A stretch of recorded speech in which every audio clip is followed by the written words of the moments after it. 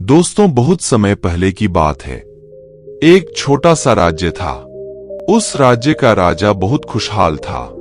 उसके पास किसी चीज की कोई कमी नहीं थी। प्रजा भी अपने राजा का खूब आदर सत्कार किया करती थी। प्रजा अपने राजा से बहुत खुश थी। लेकिन आज कुछ ऐसा हुआ था जिससे राजा की नींद हराम हो चुकी थी। राजा को रात भर नींद नहीं आ रही थी। 25 सालों से आज तक ऐसा कभी नहीं हुआ था। राजा के साम्राज्य पर आज तक किसी ने हमला करने का प्रयास तक नहीं किया था। लेकिन आज पड़ोसी राज्य ने इस छोटे से राज्य पर आक्रमण कर दिया। और आज राजा को अपने 25 साल पहले का वह दिन याद आने लगा, जब वह एक राजा न होकर केवल एक सेनापति था और वह अपनी राजा की आज्ञा का पालन करते हुए युद्ध की तैयारी कर रहा था। लेकिन उस वक्त उसके मन में कोई शंका नहीं थी। किसी चीज का निर्णय नहीं लेना था, इसलिए वह चैन से उन चीजों की तैयारी में जुटता था। राजा बहुत विधा में था। उसे समझ नहीं आ रहा था कि आखिर वह अपने साम्राज्य को किस तरह से किसी और राजा के हाथों में सौंपते, जो साम्राज्य को हासिल करने के लिए उसने दिन रात एक कर दिया। कई लोगों को धोखा दिया, कई लोगों को पीड़ा दी, कई लोगों को कष्ट दिया, कई प्रकार की राजनीति रची, कई प्रकार के षड्यंत्र रची। इतनी सारी मेहनत करने के बाद तब उस राजा को सिंहासन प्राप्त हुआ था। उस सिंहासन को, उस साम्राज्य को वह अपने हाथ से किसी और को कैसे थमा दे। राजा को कुछ भी समझ नहीं आ रहा था कि वह क्या करे। वह बहुत चिंतित था, परेशान था, करवटें बदल रहा था, लेकिन उसे कोई तरीका सूझ नहीं रहा था। राजा यह बात बहुत अच्छी तरह से जानता था कि बात केवल मेरी नहीं है, इस पूरे साम्राज्य की है। राजा ध्यान करना जानता था।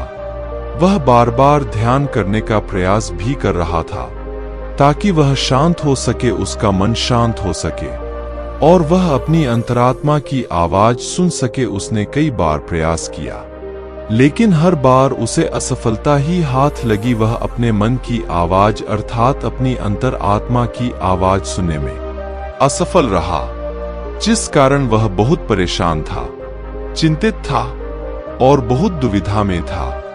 वह समझ नहीं पा रहा था कि आखिर वह क्या फैसला करे और उसके पास बहुत कम समय भी बचा हुआ था। केवल उसके पास आज रात का ही समय था। कल सुबह पड़ोसी राज्य उस पर आक्रमण कर देगा। यदि वह केवल अपने लिए फैसला करता है तो इस साम्राज्य के लाखों लोगों की जान पर बन सकती है। और यदि वह इस पूरे साम्राज्य के लिए सोचता है तो उसे पड़ोसी राज्य के राजा के सामने झुकना होगा, उनका सम्मान करना होगा और अपने हाथों इस साम्राज्य को उन्हें सौंपना होगा। राजा बेहद दुविधा में था, अत्यधिक परेशान था। आखिरकार वह अपने महल की छत पर पहुंचा, जहां ठंडी ठंडी हवाएं बह रही थी। रात का समय था, चारों तरफ सन्नाटा था, खामोशी थी। राजा ने छत पर पहुंचकर आसमान की तरफ देखा। आसमान में एक पक्षी निडर होकर उड़ रहा था, अपनी ही मस्ती में, अपने ही अंदाज में। उसे रोकने वाला कोई नहीं। उस पक्षी को देखकर राजा को यह एहसास हुआ कि जब तक कोई व्यक्ति अकेला होता है तब तक वह मस्त होता है, अपने में खोया हुआ होता है। उसे किसी प्रकार की कोई जिम्मेदारी नहीं उठानी पड़ती। वह जब चाहे, जैसा चाहे वैसा फैसला ले सकता है। लेकिन हमारे सर पर जिम्मेदारी आ जाती है तो फिर एक आदमी अपना अकेलापन, अपनी मस्ती, अपनी आजादी को खो बैठता है, क्योंकि उसके सर पर जिम्मेदारी है। उसे हर एक चीज देखनी है, समझनी है और ऐसे बहुत से लोगों को सोच समझकर ही कोई निर्णय लेना है। काफी समय बीत चुका था और अब तक राजा ने कोई निर्णय नहीं लिया था। और जब राजा को कोई भी रास्ता नजर ना आया तो वह अपना घोड़ा लेकर अपने गुरु के आश्रम की ओर निकाल पड़ा।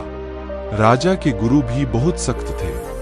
उन्होंने पहले से ही राजा को यह चेतावनी दे रखी थी कि जब तक कोई ऐसी दुविधा ना पड़े जब तक तुम्हारे पर ऐसी कोई बड़ी समस्या ना आन पड़े कि तुम्हें मेरी जरूर पड़े, तब तक तुम यहाँ पर कभी मत आना। राजा अपना घोड़ा लेकर आश्रम पहुंचा। वहां पर जब उसने देखा तो उसके गुरु ध्यान में लीन थे। वह अपने गुरु के ध्यान को भंग नहीं करना चाहता था। अपने गुरु को ध्यान में देख उसके मन में एक बार फिर से द्वंद्व युद्ध चालू हो गया।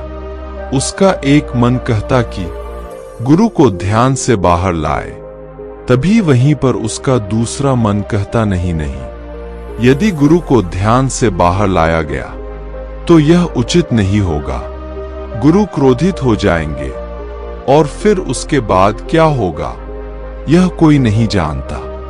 राजा खड़े होकर यह सब सोच ही रहा था, तभी तक आश्रम से आवाज आई है, राजा तुम दरवाजे पर खड़े होकर क्या कर रहे हो, भीतर आओ। राजा आश्रम के भीतर गया और उन गुरु को प्रणाम करके कहता है, गुरुदेव आप तो मेरे मन की बातें भली भांति जानते हैं। आपको यह भी पता होगा कि आज मैं क्यों यहाँ पर आया हूँ और किस बात से मैं चिंतित हूँ। चिंता के कारण मुझे नींद नहीं आ रही। आप ही बताइए मैं क्या करूं, किस तरह से कोई एक निर्णय लूं, मैं किस तरह से अपनी अंतरात्मा की आवाज सुनूं जिससे मैं निर्णय लेने में सफल हूं। किस तरह से मैं एक सफल निर्णय लूं और किस तरह से मैं अपने साम्राज्य को बचा पाऊंगा। राजा की यह बात सुनकर गुरु मुस्कुराने लगे और राजा से कहते हैं, राजन हर इंसान के दो मन होते हैं। एक मन उसे कोई काम करने के लिए प्रेरित करता है तो दूसरा मन इस काम को टालने का प्रयास करता है, उस काम से पीछा छुड़ाने का प्रयास करता है और इन्हीं दोनों मन के बीच में हम फंस कर रह जाते हैं। हम किसी एक तरफ निर्णय नहीं ले पाते, हम किसी एक दिशा की तरफ नहीं बढ़ पाते और ऐसे समय पर हमारे मन में सवाल उत्पन्न होने लगता है कि जो फैसला हम लेने जा रहे हैं क्या वह सही है या फिर गलत। ऐसी स्थिति हमेशा आधी अधूरी हो जाती है और वह हमें अपने पूरे जीवन भर पछताने के लिए मजबूर कर देती है। तभी वह राजा कहता है कि गुरुवर यह तो मैं भी जानता हूं और मैं भी इसी शंका में फंसा हुआ हूं। मैं यहां से निकल नहीं पा रहा। मुझे यह नहीं समझ आ रहा कि मैं किस तरफ जाऊं, मैं कैसे सही निर्णय लूं, मैं कैसे अपनी अंतरात्मा की आवाज सुनूं जिससे मैं एक सही निर्णय ले पाऊं। आप मुझे कृपा करके कोई मार्ग दिखाइए, कोई सही तरीका बताइए जिससे मैं सफल और सही निर्णय ले पाऊं, जिससे मुझे जीवन भर पछतावा ना हो। तभी गुरु उसे राजा की बात सुनकर एक बार फिर मुस्कुराने लगे और राजा से कहते हैं, हे राजन, जीवन में कोई भी फैसला गलत या सही नहीं होता। यह तो हमारे मन की संरचना है, यह तो हमारे मन का माया जाल है। वास्तविकता तो यही है कि जो होना होता है वही होता है। हमारे और तुम्हारे करने से कुछ भी नहीं होने वाला, कुछ भी नहीं बदलेगा। लेकिन फिर भी हम अपने अहंकार में यह सोचने लगते हैं कि हम जैसा चाहते हैं हम वैसा ही करेंगे और जैसा हमें चाहिए बिल्कुल वैसा ही होगा। हम यही सोचते हैं कि हम अपने फैसले से दुनिया बदल सकते हैं और इसीलिए हम सही और गलत के चक्कर में फंस कर रह जाते हैं और हम कोई भी काम आगे नहीं उठा पाते, कोई भी निर्णय नहीं ले पाते। लेकिन वास्तविकता तो यही है कि फैसला कभी भी गलत और सही नहीं होता। मान लो कि आज तुमने गलत फैसला भी ले लिया तो भी तुम्हें भविष्य में आगे चलकर सही सीख ही देगा, और यदि तुमने एक सही फैसला ले लिया तो वह तुम्हारे लिए काम बन जाएगी और वह तुम्हारे लिए आगे का रास्ता भी खोल देगी। देखा जाए तो वास्तविक तौर पर दोनों ही परिस्थितियों में तुम्हारा ही फायदा है, तुम्हारी ही उन्नति है। कम से कम ऐसे में तुम एक जगह पर ठहरे हुए तो नहीं हो, तुम्हारा मन इस शंका में फंसा हुआ तो नहीं है, तुम इस माया जाल से निकल चुके हो। तभी वह राजा उन गुरु से कहता है, हे गुरुवर, आप कहना क्या चाहते हैं? आप कहानियां तो नहीं कह रहे कि मैं बिना सोच विचार के कोई भी निर्णय ले लूं? क्या ऐसा करना मूर्खता का प्रमाण नहीं होगा? आज मेरे ऊपर लाखों लोगों की जिम्मेदारियां हैं और वे ऐसे ही कोई भी फैसला कैसे ले सकता हूं? तभी गुरु मुस्कुराते हुए राजा से कहते हैं, हे राजन, तुम मेरी बात समझ नहीं रहे हो। मैं तुमसे ऐसा नहीं कह रहा कि तुम सोच विचार कर निर्णय मत लो, बल्कि मैं तो यह कह रहा हूं कि अच्छी तरह से सोच विचार कर निर्णय लो और अच्छी तरह से सोचने के बाद, पूर्ण रूप से सोच विचार करने के बाद तुम अपने दोनों मन को एक जगह पर सहमत करवाओ। यदि तुम अपने दोनों मन को एक निर्णय पर ला पाते या एक काम के लिए और एक ही दिशा में ला पाते, तो वही फैसला तुम्हारी अंतर आत्मा का फैसला होगा। तुमने कई बार यह अनुभव तो किया ही होगा कि किसी काम में तुम्हारा मन तो कर रहा है, लेकिन बुद्धि तुम्हारा साथ नहीं दे रही, बुद्धि तुम्हारा पल पल विरोध कर रही है। और ऐसी स्थिति में हमारे मन और हमारी बुद्धि के बीच युद्ध चल रहा होता है। लेकिन सब यहाँ पर समझने वाली बात यह है कि जो बातें तुम्हारे मन से उठ रही है, वही बात तुम्हें सही रास्ते पर ले जाना चाहती है। वहीं पर तुम्हारी बुद्धि तर्क वितर्क करके उस रास्ते को साफ करना चाहती है, सभी प्रश्नों का निवारण करना चाहती है। जैसे मान लो कि तुम एक पहाड़ी पर जाना चाहते हो, जहां पर तुम्हें यह पता चला है कि वहां बहुत सारा सोना है, लेकिन इसके लिए तुम्हें घने जंगलों से होकर गुजरना होगा। तुम्हारा मन वहां जाने के लिए तैयार है, वह सोना को पाना चाहता है, लेकिन तुम्हारी बुद्धि तुमसे यह कह रही है, जंगल बहुत घना है और बहुत खतरनाक भी है। वहां पर तरह तरह के विशाल जानवर रहते हैं, तरह तरह के जंगली जानवर रहते हैं और उसका रास्ता भी सुरक्षित नहीं है। वहां पर चोर, डाकू और लुटेरे भी हो सकते हैं, पर पता नहीं वहां पर रास्ते में कुछ खाने पीने को मिलेगा या नहीं मिलेगा, और तो और हमारी जान को खतरा भी हो सकता है। यह सारे प्रश्न हमारी बुद्धि खड़ी करती है, लेकिन इसका अर्थ यह नहीं कि तुम्हारी बुद्धि तुम्हें रोकने का प्रयास कर रही है, बल्कि वह तुम्हें सतर्क कर रही है। और जब तक तुम अपनी बुद्धि के सवालों का निवारण नहीं कर लो, तब तक आगे बढ़ना मूर्खता का प्रमाण ही होगा। ऐसे रास्ते पर जाने से पहले तुम्हें अपने खाने पीने की सामग्री का इस्तेमाल करना होगा। उसके बाद सुरक्षा के लिए कुछ हथियार और कुछ सैनिकों को भी साथ लेना होगा।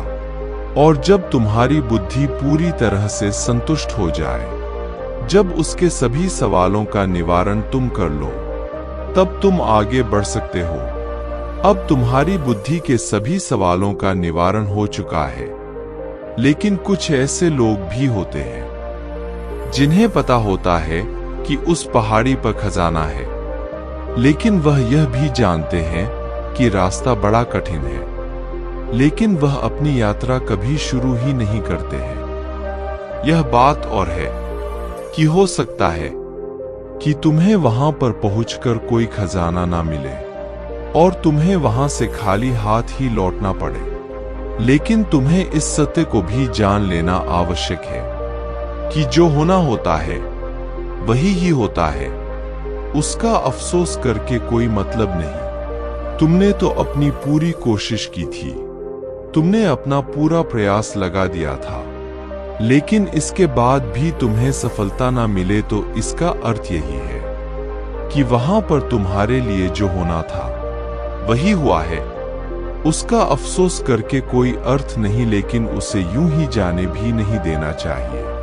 उस हार से, उस अनुभव से हमें कुछ सीखना चाहिए, उससे सीख लेनी चाहिए और उसके बाद तुम्हें अपनी कोशिशों को और भी ज्यादा बेहतर बनाना चाहिए। इसी चीज पर काम करना चाहिए, ना कि व्यर्थ बैठकर पश्चाताप करना चाहिए। और ना अफसोस करना चाहिए। मैं तो तुम्हें बस यही समझाना चाहता हूं कि अंतर आत्मा की आवाज हमें तब सुनाई देती है जब हमारा मन और हमारी बुद्धि दोनों एक बात पर पूर्ण रूप से सहमत हो जाते हैं। तभी गुरुवर उस राजा को सावधान रहते हुए कहते हैं, हे राजन, मेरी एक बात और अपने दिमाग में अच्छी तरह से बैठा लेना। जब भी कोई हानि होती है तो वह अपने पीछे पश्चाताप और अफसोस जरूर छोड़कर जाती है। तुम्हें हमेशा अपनी हार पर ऐसा ही लगेगा। यदि मैंने कुछ ऐसा कर दिया होता तो शायद मैं सफल हो गया होता, और यही पछतावा, यही अफसोस तुम्हें हर काम के पीछे नजर आएगा। जो काम में तुम असफल हुए हो, जब भी कोई व्यक्ति असफल होता है तो वह यही सोचता है कि यदि मैंने इस काम को उस तरीके से कर दिया होता या फिर उसके कहे के अनुसार कर दिया होता तो शायद मैं आज यहाँ पर सफल हो चुका होता। लेकिन वास्तविकता तो यही है कि तुम्हें कभी भी इस बात का एहसास नहीं होने देगी कि तुम्हारे साथ क्या तय किया गया है और तुम्हारे साथ क्या होने वाला है। हाँ, यह बात और है, कुछ सचेत और कुछ जागरूक लोग ही इस बात को जान पाते हैं कि उनके साथ आगे क्या होने वाला है। इसलिए वह कभी भी उस चीज के होने का पश्चाताप नहीं करते, उसका अफसोस नहीं करते, क्योंकि उन्हें पूरा पता होता है कि आखिर क्या होने वाला है और वह अपनी पूरी कोशिश करते हैं। उसके बाद जो कुछ होना था वह तो होना ही है, उसमें पछतावा करके क्या लाभ। किंतु जिन लोगों को अपने फैसला पर यकीन नहीं होता, वह हमेशा केवल सोचते ही रह जाते हैं। वह हमेशा अतीत के बंधनों में बंधे रह जाते हैं, दुखी रहते हैं, रोते रहते हैं, लेकिन वह अपने जीवन में कुछ नहीं कर पाते। लेकिन एक बुद्धिमान व्यक्ति यह भली भांति जानता है कि अतीत को बदला नहीं जा सकता, लेकिन उस पर बैठकर अफसोस करना व्यर्थ है। किंतु वर्तमान में हम सही निर्णय ले सकते हैं, और भविष्य जो कि हमारे हाथों में है ही नहीं। इसके बाद उन गुरु ने राजा को वहां से जाने का आदेश दे दिया और वह वापस से ध्यान में लीन हो गए। और गुरु की सारी बातें सुनकर राजा के मन में जो द्वंद्व युद्ध चल रहा था वह पूरी तरह से शांत हो चुका था। राजा वापस महल लौटा और उसने शांतिपूर्वक अपने मन और अपनी बुद्धि को एक ही निर्णय पर सहमत करवाया, और वह था कि हम युद्ध लड़ेंगे। जब राजा के मन से यह निर्णय उठा तो उसकी बुद्धि ने उसके सामने कई प्रकार के सवाल उत्पन्न कर दिए, जैसे कि हमारी सेना बहुत छोटी है, हम उनके सामने टिक नहीं पाएंगे, और पड़ोसी राज्य के पास एक विशाल सी सेना है जो हमें चुटकियों में मसल सकती है। उनके पास तरह तरह के हथियार हैं और लड़ने का कौशल भी है, और ऐसे ही कई प्रकार के सवाल उसकी बुद्धि उससे कर रही थी। उन सभी प्रश्नों का जवाब देते हुए राजा आगे बढ़ता चला गया, और वह इसी निर्णय पर पहुंचा कि हम युद्ध लड़ेंगे। यदि हम सही रणनीति से सही तरीके से युद्ध लड़ेंगे तो हम छोटी सेना के साथ ही उन्हें हरा सकते हैं। इसके बाद राजा चैन की नींद सो गया, और अगली सुबह उसने अपने सेनापति को आदेश दिया कि हम युद्ध लड़ेंगे। सेना को तैयार करो। सेनापति ने राजा की आज्ञा का पालन किया। दोनों ही राज्य में घमासान युद्ध हुआ। हालांकि इस राज्य की सेना बहुत छोटी थी, बहुत कम थी, लेकिन राजा की सही रणनीति के कारण, राजा की सही निर्देशन के कारण आखिरकार राजा ने इस युद्ध को जीत ही लिया। दोस्तों, आपको ये कहानी कैसी लगी हमें कमेंट बॉक्स में लिखकर जरूर बताएं, और हमारे चैनल को सब्सक्राइब करना ना भूलें। नमो बुद्धाय।